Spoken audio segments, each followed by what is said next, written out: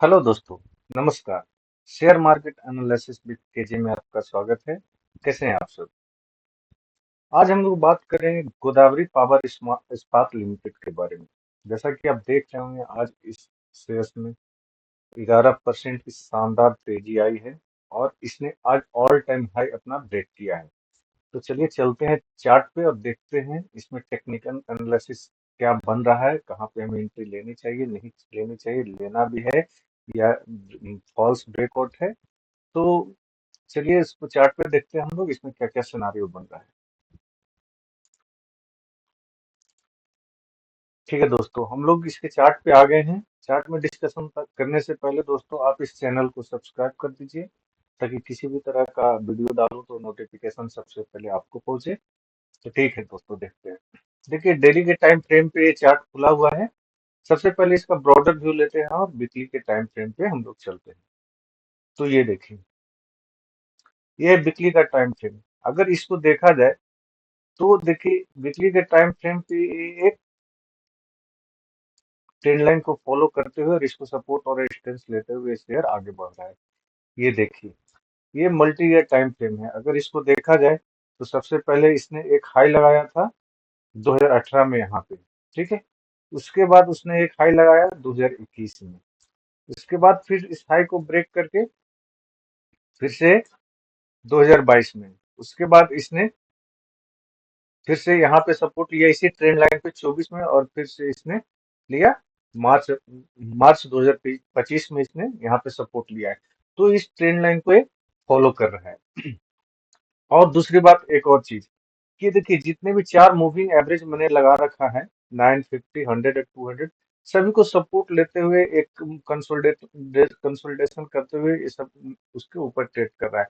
तो इससे हम कह सकते हैं कि ये पूरी तरह से स्टॉक अप ट्रेंड में है।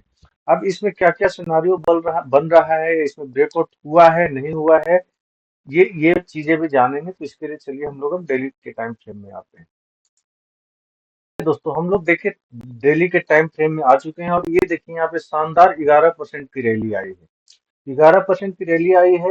लेटेस्ट हम लोग अगर हाई देखें तो ये देखिए, इस हाई को इसने ब्रेक किया है। ये एक हाई बना हुआ था और एक यहाँ अगर ये देखा जाए तो यहाँ पे और यहाँ पे एक रेजिस्टेंस, और इस रेजिस्टेंस को इसने पूरी तरह से ब्रेक करके ऊपर पे क्लोजिंग दिया है। तो देखिए, अब ये ब्रेकआउट हो चुका है या आगे इसमें रुकना है, कोई ऑब्स्टेकल है, इसको कैसे देखें? तो इसको देखने के लिए दोस्तों फिर से हम, अगर हम लोग हायर टाइम फ्रेम पे इसीलिए देखते हैं ताकि किसी तरह का कोई रेजिस्टेंस या सपोर्ट है तो नहीं। तो अगर हम फिर से देखते हैं, अगर यहाँ से ये करता हूँ, एक ट्रेंड लाइन ड्रॉ करता हूँ, तो ये देखिए दोस्तों, अगर इस पॉइंट को और इस पॉइंट को मिला करके ट्रेंड लाइन ड्रॉ करते हैं, तो ये देखिए एग्जैक्ट अभी भी ब्रेकआउट नहीं दिया है। ब्रेकआउट डेली टाइम फ्रेम पे दे चुका था, लेकिन अगर ब्रॉडर व्यू देखे बड़े टाइम फ्रेम पे, तो ये भी अभी भी ये रेजिस्टेंस पे ही आकर के रुका हुआ है। ये देखिए, यहाँ पे एक ट्रेंड लाइन का रेजिस्टेंस है, यहाँ पे आकर के रुका हुआ है। तो अभी हम कोई ये सोच करके ना फंस जाए कि ब्रेकआउट दे चुका है, ऑल टाइम हाई ब्रेक कर चुका है।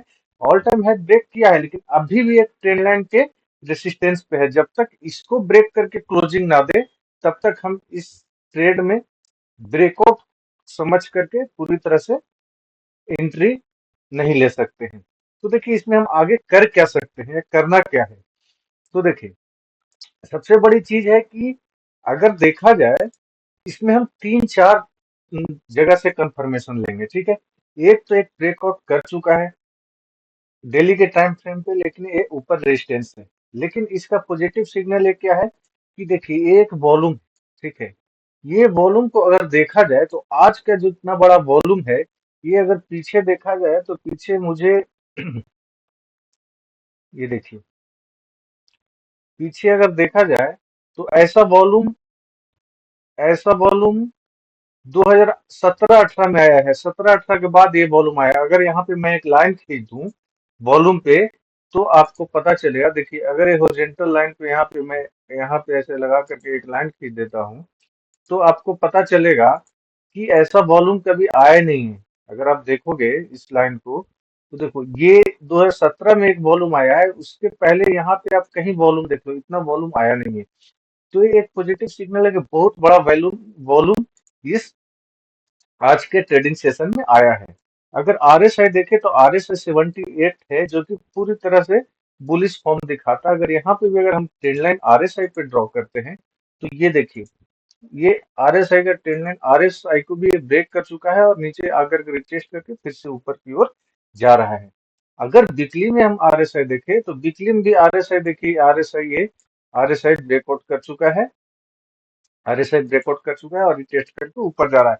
तो दो तीन चार चीजें जो हैं, ये पॉजिटिव सिग्नल हमको दिखा रहा है कि इस स्टॉक में और भी तेजी आगे आने वाले समय में आ सकती है।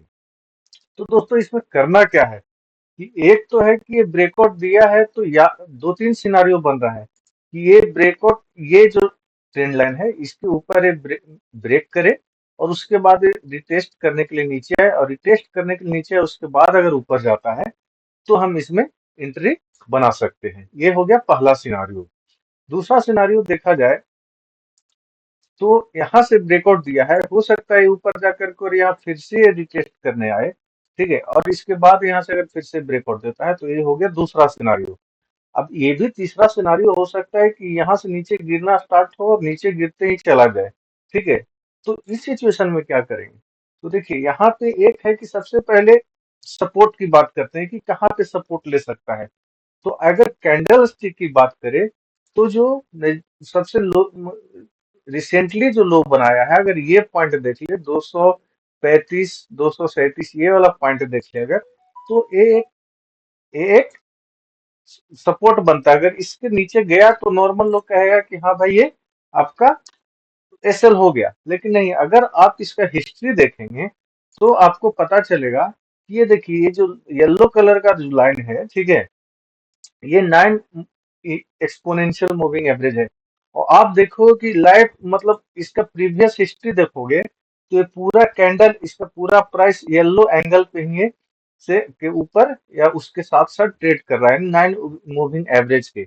तो ये देखो, अगर ये देखा जाए तो यहाँ से भी आप देख सकते हो कि देखिए येलो लाइन जो चल रहा है, येलो लाइन मैं इसको ड्रॉ कर रहा हूँ, येलो लाइन, तो पूरा कैंडल का प्राइस या शेयर का प्राइस येलो लाइन के साथ ही मूव कर रहा है, ठीक है। तो अगर ये हम इसको एक मूविंग सपोर्ट मान के चलेंगे कि 9 ईएमए के ऊपर जब तक शेयर है तब तक पॉजिटिव है या इसमें हम बने रहते हैं। अगर ये 9 ईएमए के नीचे, अगर ये 9 ईएम, ये जो येलो वाला लाइन है, ठीक है, येलो वाला ये लाइन, इस लाइन के नीचे अगर दो क्लोजिंग दे दिया तो हम ये समझ लेंगे कि मेरा एसएल हिट हो गया है। फिर हम बाद में इसमें पोजीशन बनाने की सोचेंगे जब ये पॉजिटिव ट्रेंड में फिर से आएगा। तो दोस्तों इसमें मैंने आपको सारा सिनारियो समझाया है। ये देखिए किस तरह से चार मूविंग एवरेज जो है यहाँ पे पूरी तरह से फ्लैट हो गया है, और कंसोलिडेशन करने के बाद यहाँ से ये देखिए 1 2 3 4 सारे मूविंग एवरेज को ब्रेकआउट करके ऊपर चल रहा है। तो अभी तो पॉजिटिव मोमेंटम बना हुआ है इसमें, लेकिन अगर 9 ईएमए के नीचे अगर दो क्लोजिंग देता है तो हम इसको मान के चलेंगे कि शॉर्ट टर्म में ये थोड़ा सा इसका ट्रेंड रिवर्सल हुआ है। नहीं तो अगर इस स्पीड से चलता रहा तो मैंने बताया दो सिनारियो, या तो यहाँ से ऊपर जा करके और फिर रिटेस्ट करके ऊपर जाए, तब इसमें पोजीशन देख सकते हैं, या फिर यहाँ से थोड़ा नीचे आकर के और इसके ऊपर से ही अगर रिवर्सल करता है, 9 मूविंग ईएमए के ऊपर से रिवर्सल करता है, तब हम इसमें पोजीशन बनाने की सोच सकते हैं। तो ठीक है दोस्तों, मैंने सारे सिनारियो पे डिस्कस किया आपसे। ये वीडियो मैंने सिर्फ एजुकेशनल पर्पज से बनाया है, किसी तरह का सेल या बाय का रिकमेंडेशन नहीं है। कोई भी इन्वेस्टमेंट अपने फाइनेंशियल एडवाइजर की सलाह से ही करें। तो दोस्तों कैसा लगा आपको वीडियो, कमेंट में जरूर बताएं, चैनल को share and like and subscribe करें। मिलते हैं फिर अगले वीडियो में, तब तक के लिए बाय। Thank you.